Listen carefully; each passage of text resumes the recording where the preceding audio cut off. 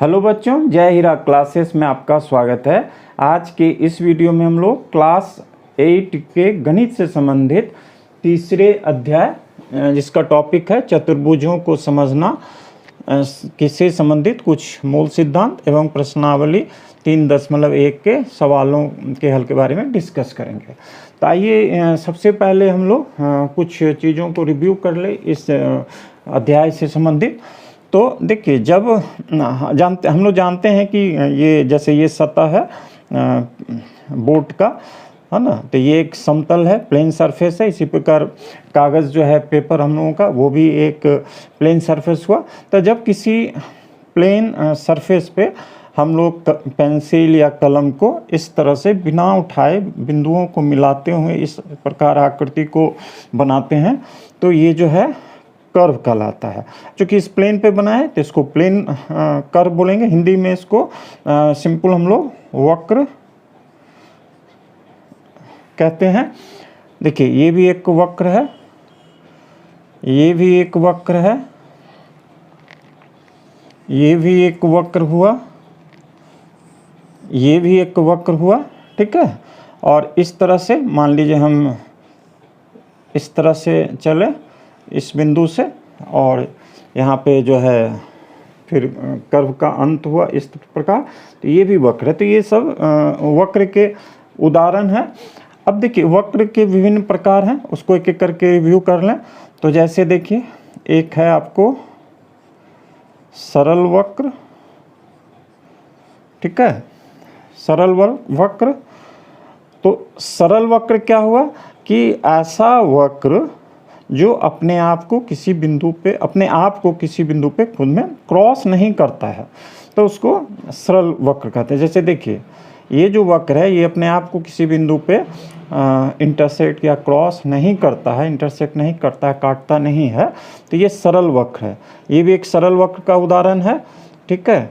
ये भी एक सरल वक्र का उदाहरण है, ये भी सरल वक्र का। लेकिन जब कोई भी कर्व अपने आप को किसी बिंदु पे काटता है, स्वयं को काटता है, तो उसे गैर सरल वक्र कहते हैं। जैसे ये देखिए, यहाँ से कर्व बनना शुरू हुआ, वक्र बनना शुरू हुआ, और यहाँ देखिए इस बिंदु पे खुद को अपने आप को काटता है और फिर आगे बढ़ा, तो ये गैर सरल वक्र है, यानी सरल वक्र नहीं है।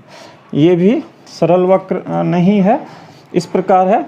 अब देखिए, अगर कोई कर्व, जैसे यहाँ से देखिए कोई वक्र जिस बिंदु से शुरुआत होती है उसकी, अब फिर उसी बिंदु पे आके समाप्त भी होता है, तो ऐसे बिंदु को हम लोग, ऐसे जो वक्र हैं उसको हम लोग बोलते हैं बंद वक्र, ठीक है।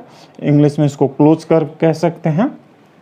जो इस तरह का वक्र नहीं है, जैसे ये देखिए, ये यहाँ से शुरू हुआ और इस तरह होते हुए यहाँ इसका अंत हुआ, लेकिन जिस बिंदु से इसकी शुरुआत हुई उसी बिंदु पे अंत नहीं हुआ, तो ये जो है बंद वक्र नहीं है, यानी खुला वक्र है, ठीक है। अब ऐसा बंद वक्र जो खुद को किसी बिंदु पर ना काटता हो, ठीक है। जैसे ये देखिए, ये एक बंद वक्र है लेकिन किसी बिंदु पर अपने आप को नहीं काटता है, तो सरल वक्र भी है और बंद वक्र है। तो इस ऐसे जो वक्र होते हैं उसे हम लोग बोलते हैं सरल बंद वक्र। इंग्लिश में बोलिए तो सिंपल क्लोज्ड कर्व, ठीक है। अच्छा, ये जितने भी जो है मतलब परिभाषा ये जो बता रही है गणित के हिसाब से, ठीक है ना, ये हुआ। अच्छा, अब देखिए, तो जैसा बताया कि जब कोई सरल वक्र है, यानी अपने आप को कहीं नहीं काटता और बंद है, यानी जिस बिंदु से वो शुरुआत उसकी होती है उसी बिंदु पर अंत होता है, तो उसको हम लोग बोलते हैं सरल बंद वक्र, ठीक है। तो ये सब कुछ उसके वक्र के प्रकार हुए। अब देखिए, कोई अगर जो है सरल बंद वक्र है, यानी क्लोज सरफेस है, कोई भी क्लोज कर्व यानी बंद वक्र है, जैसे कोई भी बंद वक्र है यानी क्लोज्ड कर्व है, जैसे मान लीजिए हमारा ये हुआ, यहाँ से चले इस तरह से होके फिर यहाँ ये अंत हुआ, तो ये एक सरल बंद वक्र का उदाहरण है। लेकिन ऐसा भी हो सकता, जैसे देखिए ये इस तरह से एक क्लोज कर्व है लेकिन सरल बंद वक्र नहीं है, मतलब बंद वक्र है लेकिन सरल बंद वक्र कोई भी, लेकिन एक बंद वक्र है। ठीक है, यहाँ देखिए बंद वक्र क्यों हो, क्योंकि इस बिंदु से अगर शुरुआत होती है इस वक्र की संरचना का, तो फिर देखिए यहीं पे आके ये समाप्त होता है, लेकिन अपने आप को एक बिंदु तक समाप्त होता है तो इसलिए ये बंद वक्र हुआ, लेकिन अपने आप को एक बिंदु पे काट रहा है तो सरल बंद वक्र नहीं है। खैर, हम यहाँ क्या बताना चाह रहे हैं कि कोई भी जब बंद वक्र है तो इसका ये जो अंदर का भाग होता है ना, ये वाला भाग, ठीक है, तो इसको हम लोग बोलते हैं अभ्यंतर। ये जो अंदर का इसका जितने भी पोर्शन होता है, ये सरफेस, इसको हम लोग बोलते हैं अभ्यंतर, यानी इसको इंग्लिश में बोलते हैं इंटीरियर। ठीक है, और इसी तरह देखिए ये जो बंद वक्र है, ये जो है ये सब पोर्शन, ये इसका अभ्यंतर हुआ, और इसके बाहर जितने भी, ये देखिए जितने भी इसके जो बाहरी क्षेत्र है ये सब सरफेस, ठीक है, इसमें भी इस तरह बाहर के जो भी सरफेस है तो इसको हम लोग बोलते हैं बहिर्भाग, इंग्लिश में इसको बोलते हैं एक्सटीरियर। ठीक है, अब यहाँ एक चीज़ देखिए, जो अभ्यंतर है या इंटीरियर है उसका एक परिसीमा है, ये इसकी परिसीमा हुई। ठीक है, यहाँ भी देखिए ये परिसीमा है इससे अभ्यंतर का, लेकिन जो बहिर्भाग होता है, एक्सटीरियर होता है, उसका कोई परिसीमा नहीं है, यानी कुछ का लिमिट नहीं है। अब आइए एक ऐसा कर्व जो सिर्फ रेखाखंडों से बना होता है, जैसे देखिए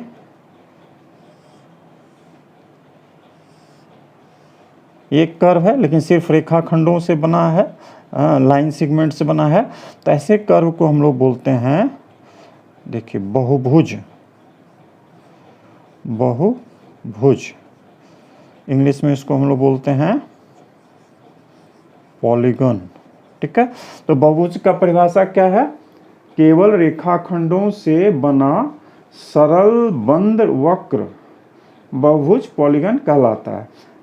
सरल का क्या मतलब हुआ कि देखिए ये अपने आप को कहीं क्रॉस नहीं करता है और बंद वक्र है, तो सरल जो है केवल ये रेखाखंडों से जस्ट बना, सभी रेखाखंडों से ही बने हुए हैं इसके पोर्शन, तो केवल रेखाखंडों से बना सरल बंद वक्र बहुभुज पॉलीगन कहलाता है। ठीक है, अब देखिए ये जो बहुभुज है ये भी एक बहुभुज है, देखिए रेखाखंडों से बना है, ये भी बहुभुज है। इसके प्रकार के बारे, ये रेखाखंड यानी सीधा होना चाहिए इस तरह से, तो इसके प्रकार के बारे में आगे हम लोग देखेंगे। तो मेन जो कहना चाह रहे हैं कि ये सब बहुभुज के उदाहरण हुए। ठीक है, अब जो है हम किसी भी बहुभुज के जब दो गैर आसन शीर्षों को, देखिए ये शीर्ष अगर पकड़ते हैं वर्टेक्स, तो इसका आसन शीर्ष ये हुआ है ना, तो गैर आसन शीर्ष यानी इसको, ये बिंदु को अगर गैर आसन, किसी दो गैर आसन शीर्षों को मिलाते हैं तब जो रेखाखंड प्राप्त होता है, तो इसे हम लोग बोलते हैं विकर्ण। ठीक है, इंग्लिश में इसको बोलते हैं डायगोनल। ठीक है। देखिए इस रेखाखंड को भी इससे हम लोग मिला सकते हैं। तो यहाँ देखिए 2 विकर्ण हुआ, ठीक है। कितने विकर्ण हो सकते हैं किसी बहुभुज, वो भी हम आगे हम लोग डिस्कस करेंगे। तो एक ये बहुभुज से संबंधित बात हुई। अब एक और जो है बहुभुज से संबंधित बात कि देखिए जैसे ये एक बहुभुज है, ठीक है। ये क्या है, रेखाखंडों से बना हुआ एक सरल बंद कर्व है, तो बहुभुज है। इसमें हम लोग क्या देख रहे हैं, ये जो जितने भी इसके अंतः कोण है या आंतरिक कोण है, इंटीरियर एंगल्स हैं, ठीक है, सभी 180 डिग्री से छोटे हैं। और इसके जो डायगोनल है, जैसे देखिए ये गैर आसन शीर्ष को मिला, एक डायगोनल बना। यहाँ देखिए इसको गैर आसन शीर्षों को मिला है, दूसरा डायगोनल बना। और इस तरह से ये सब डायगोनल है, लेकिन सब क्या है, सभी डायगोनल इसके जो है अभ्यंतर यानी इंटीरियर में मौजूद हैं, ठीक है ना। तो ऐसे बहुभुज को हम लोग बोलते हैं उत्तल बहुभुज।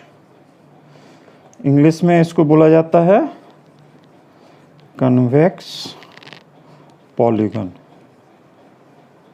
ठीक है। अब ऐसा एक केस लीजिए, से देखिए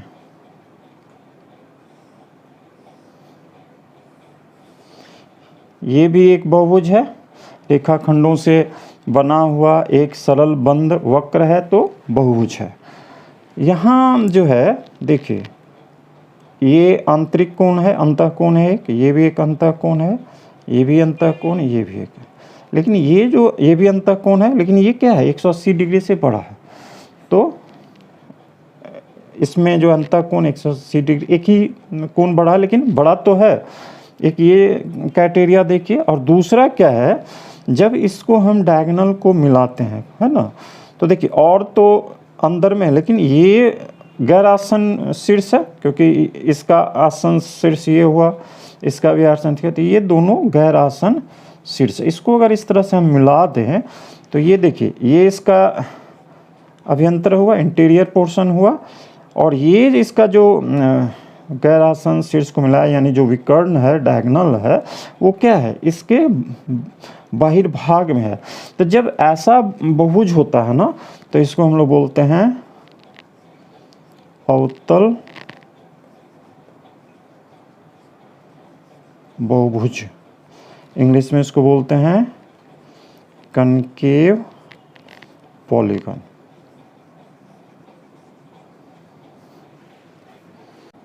बहुभुजों को उनके भुजा की संख्या के आधार पे वर्गीकृत किया जाता है। आइए देखिए, एक टेबुलर फॉर्म में उसको बताने का प्रयास किया गया है। यहाँ देखिए भुजाओं की संख्या हम लोग लिखे हैं, यहाँ वर्गीकरण मतलब उसका नाम, और एक नमूना आकृति जो है रफ फिगर वो देने का प्रयास किए हैं। तो देखिए 3 भुजा अगर होता है बहुभुज में तो उसको त्रिभुज बोलते हैं, ट्रायंगल बोलते हैं, कुछ इस तरह का शेप होगा। 4 भुजा है तो चतुर्भुज बोलते हैं। 5 भुजा है तो पंचभुज बोलते हैं। देखिए जैसे यहाँ 1 2 3 4 5 भुजा, ये सरल है। जैसे 5 भुजा तो पंचभुज, 5 भुजा। इसी तरह 6 भुजा है अगर बहुभुज का तो उसे भुज कहते हैं। 7 भुजा है तो सप्तभुज, 8 है तो अष्टभुज, 9 है तो नवभुज, 10 है तो 10 भुज, और इसी प्रकार n अगर भुजा है तो n भुज कहते हैं। तो इस तरह देखिए बहुभुज का ये जो है इस प्रकार हम लोग वर्गीकृत करते हैं। अब देखिए कोई बहुभुज ले लीजिए, जैसे मान लीजिए ये एक हम चतुर्भुज लेते हैं इस प्रकार। तो इसमें 4 भुजा है ना, और इसके किसी 2 गैर आसन, जैसे इस बिंदु का ये आसन बिंदु शीर्ष बिंदु हुआ, गैर आसन शीर्ष बिंदुओं को अगर मिलाते हैं तो विकर्ण प्राप्त होता है, डायगोनल प्राप्त होता है। तो इस चतुर्भुज में देखिए इस बिंदु को इस बिंदु से मिला सकते हैं तो एक डायगोनल मिला, और इस बिंदु को इस बिंदु से मिला सकते हैं तो दूसरा डायगोनल मिला। तो यहाँ देखिए चतुर्भुज में जो है 4 भुजा है, और विकर्ण कितने हैं? 2। इसी प्रकार एक पंचभुज का उदाहरण लीजिए, इस तरह से लेते हैं, ठीक है। तो यहाँ देखिए, यहाँ कितने डायगोनल हैं? 1 2 इस तरह से, और इससे इस प्रकार फिर 2 डायगोनल, 4 और 1 डायगोनल। देखिए ये, तो यहाँ क्या है? भुजा कितने हैं? 5। कितने विकर्ण मिले? 5।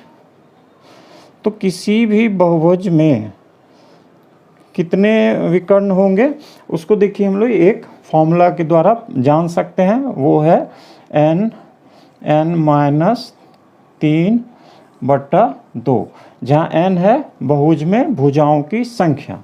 देखिए इस केस में देखिए, यहाँ भुजा जो है 4 है, तो n के जगह 4 लिखे, फिर n-3 है तो 4 - 3 यानी 3, और ये भागा है 2 का, तो देखिए ये 4 हुआ गुना 1/2, ये 2 आया। हम लोग देखें यहाँ 2 विकर्ण है।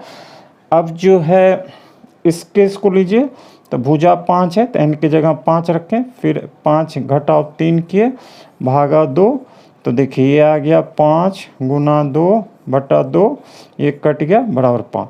तो इसी तरह से मान लीजिए कोई सप्तभुज है तो 7 घटाओ 3/2 इस तरह से, तो ये देखिए 7 गुना, और 7 में से 3 जाएगा तो ये 4 होगा, भागा 2 से, देखिए 2 बार में चला जाएगा तो 14 विकर्ण होंगे। तो इस तरह से जो है किसी भी बहुभुज में कितने विकर्ण होंगे हम लोग इस फॉर्मूला के द्वारा ज्ञात कर सकते हैं। अब देखिए हम लोग जानते हैं कि कोई जो त्रिभुज है,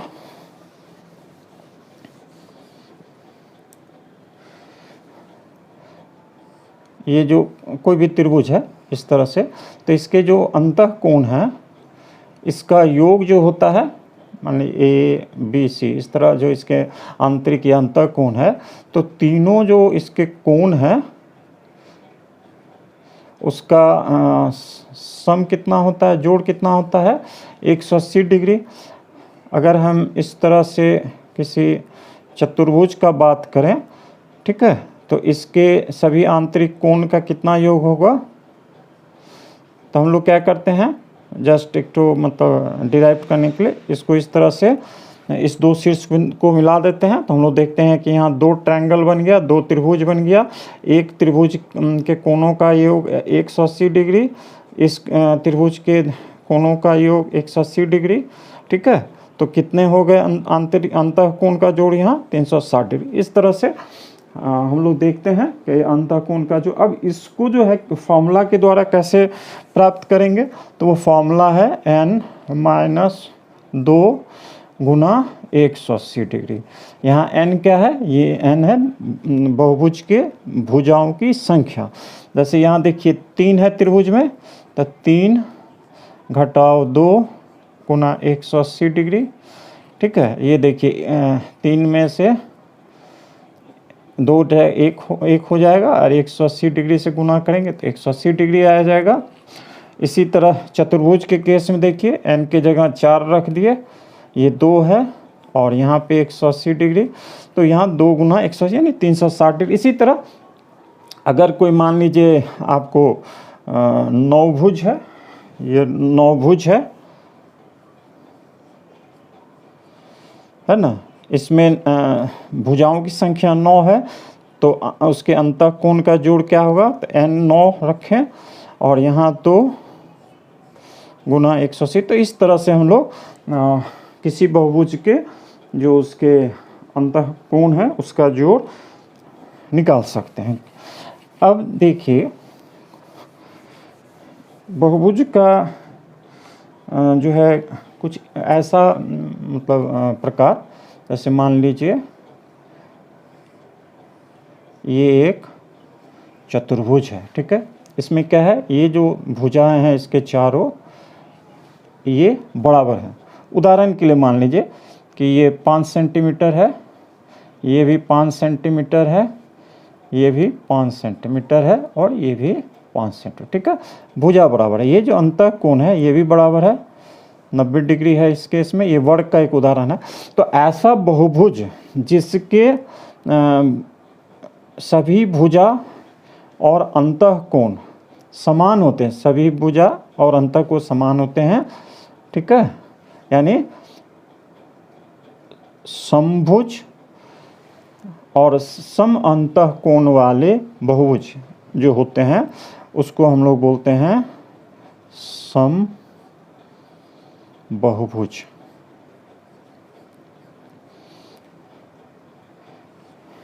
ठीक है, इसको हम लोग बोलते हैं समबहुभुज।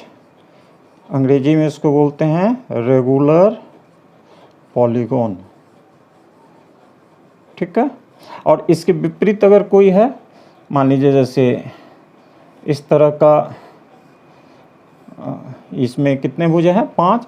तो ये अगर कोई इस तरह का पंचभुज है तो यहाँ जो भुजा भी साइज में अलग अलग है, कोण भी सेम नहीं है, ठीक है ना। अगर मान लीजिए इस तरह का आयत का बात करें, रेक्टेंगल, तो यहाँ देखिए भुजा जो है कोण बराबर है, ये भी 90 डिग्री, ये भी 90 डिग्री, इस तरह से दिखाता ताकि सही रहेगा। तो ये भी 90 डिग्री है, लेकिन ये भुजा ये और ये तो बराबर है, लेकिन ये इसके बराबर है, चारों भुजा बराबर नहीं है। तो इस तरह के जो बहुभुज होते हैं उसको हम लोग बोलते हैं विषम बहुभुज, यानी इसको इंग्लिश में बोलते हैं इरेगुलर पॉलीगॉन। अब जो है कुछ मूल सिद्धांत को हम लोग देखें और प्रश्नावली 3.1 के सवालों को हल करेंगे। देखिए पहला सवाल इस प्रकार है, यहाँ पे कुछ आकृतियाँ दी गई हैं, ये सब आकृति 8 आकृति दी गई हैं। प्रत्येक का वर्गीकरण निम्नलिखित आधार पे कीजिए। साधारण वक्र, साधारण बंद वक्र, बहुभुज, उत्तल बहुभुज, अवतल भुज। तो इन आकृतियों को हम लोग इस आधार पे वर्गीकृत करना है। तो देखिए यहाँ से हैं हल करते हैं, इसको रिपीट नहीं करने के लिए यहाँ पे हल करते हैं, और जब हल यानी आंसर लिखेंगे, ठीक है, तो उसमें इस तरह से जो भी वर्गीकरण है वो लिख देंगे। अब आइए साधारण वक्र। साधारण वक्र जो है वो क्या होता है कि कोई भी जो वक्र है जो अपने आप को काटता नहीं है तो उसको हम लोग साधारण वक्र कहते हैं। ये सब साधारण वक्र है, ठीक है। ये भी एक साधारण वक्र है, ये भी किसी अपने आप को कहीं पे नहीं काटता है। तो देखिए साधारण वक्र जो है वो 1 नंबर है, यहाँ पे 2 है, ये देखिए 5 है, 6 है और 7 है। ये सब साधारण वक्र हैं। साधारण बंद वक्र, जब एक ही बिंदु से वक्र बनना शुरू हो और अंत में भी वही बिंदु पे समाप्त हो तो उसको हम लोग बोलते हैं, और क्रॉस नहीं करता हो तो वैसे बिंदु को बोलते हैं, वैसे वक्र को हम लोग बोलते हैं साधारण बंद वक्र। तो ये देखिए साधारण वक्र जो बंद वक्र है 1 नंबर है, ये दूसरा भी साधारण बंद वक्र है, ये भी साधारण बंद वक्र है, ये भी साधारण वक्रबंध है और ये भी साधारण बंद वक्र है, ठीक है।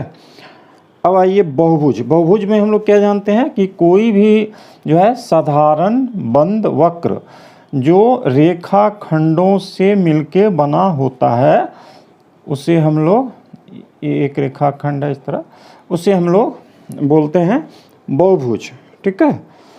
तो यहाँ देखिए रेखाखंड से कौन सा बना है? 1 नंबर साधारण बंद वक्र जो रेखाखंडों से बना वो बहुभुज है। तो 1 नंबर और 2 नंबर। इस समय देखिए ये कर्व पोर्शन सब आ गया है, ठीक है। तो बहुभुज 1 नंबर और 2 बहुभुज हुआ। अब उत्तल बहुभुज और अवतल बहुभुज। तो उत्तल बहुभुज में क्या बताएं कि कोई भी जो बहुभुज होता है जब उसका जो है ये जो अंतःकोण होता है 180 से छोटा होता है और उसका कोई भी डायगोनल जो भी है उसके मतलब बहिर्भाग में नहीं होता है तो उसको हम लोग उत्तल बहुभुज बोलते हैं।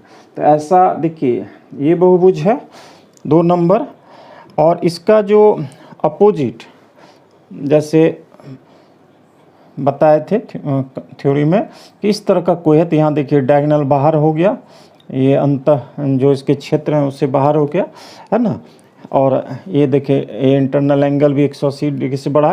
तो ऐसे जो बहुभुज होते हैं उसके अवतल बहुभुज बोलते हैं। तो यहाँ पे देखिए ये अवतल बहुभुज है। आइए दूसरे प्रश्न को हल करते हैं। तो देखिए प्रश्न इस प्रकार है, समबहुभुज क्या है? एक समभुज का नाम बताइए जिसमें 3 भुजाएं हों, 4 भुजाएं हों और 6 भुजाएं। तो हम लोग जानते हैं कि कोई भी बहुभुज जिसमें प्रत्येक भुजा सभी भुजा जो बराबर माप के हो और उसका जो आंतरिक कोण है यानी अंतःकोण वो भी प्रत्येक आंतरिक कोण बराबर माप का हो, तो ऐसे बहुभुज को हम लोग समबहुभुज कहते हैं। तो देखिए उसी को इस प्रकार शब्द में लिख देंगे, ऐसा बहुभुज जिसकी प्रत्येक भुजा एवं प्रत्येक अंतःकोण बराबर माप के होते हैं समबहुभुज कहलाते हैं। तो पहला जो पार्ट है उसका आंसर हो गया। अब ऐसा उदाहरण देना है समबहुभुज का जिसमें 3 भुजा हो, तो थोड़ा सा पैराग्राफ चेंज के इस तरह लिखिए। तो पहला जो ये है आपको देखिए समबाहु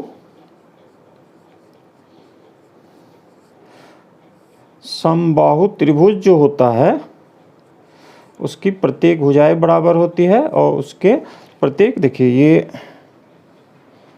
इस तरह का होता है, इसका ये जो भुजा है प्रत्येक भुजा बराबर होती है और ये प्रत्येक जो कोण है बराबर होता है, 60 डिग्री का होता है। तो ये जो है 3 भुजाओं वाला समबहुभुज हुआ, समबाहु त्रिभुज। दूसरा जो है आपका 4 भुजाएं है ना, समबहुभुज इसमें 4 भुजा है तो वर्ग यानी स्क्वायर जो है हम जानते हैं ये 4 भुजा वाला समबहुभुज है। और तीसरा जो है 6 भुजाएं हों और समबहुभुज हो। तो देखिए 6 भुजा वाले जो बहुभुज होते हैं उसको हम लोग अष्टभुज कहते हैं, ठीक है। इसके सभी भुजाएं मतलब सम बहुभुज है 6 भुजा वाला, तो यहाँ सम जुड़ जाता है यानी सम षटभुज।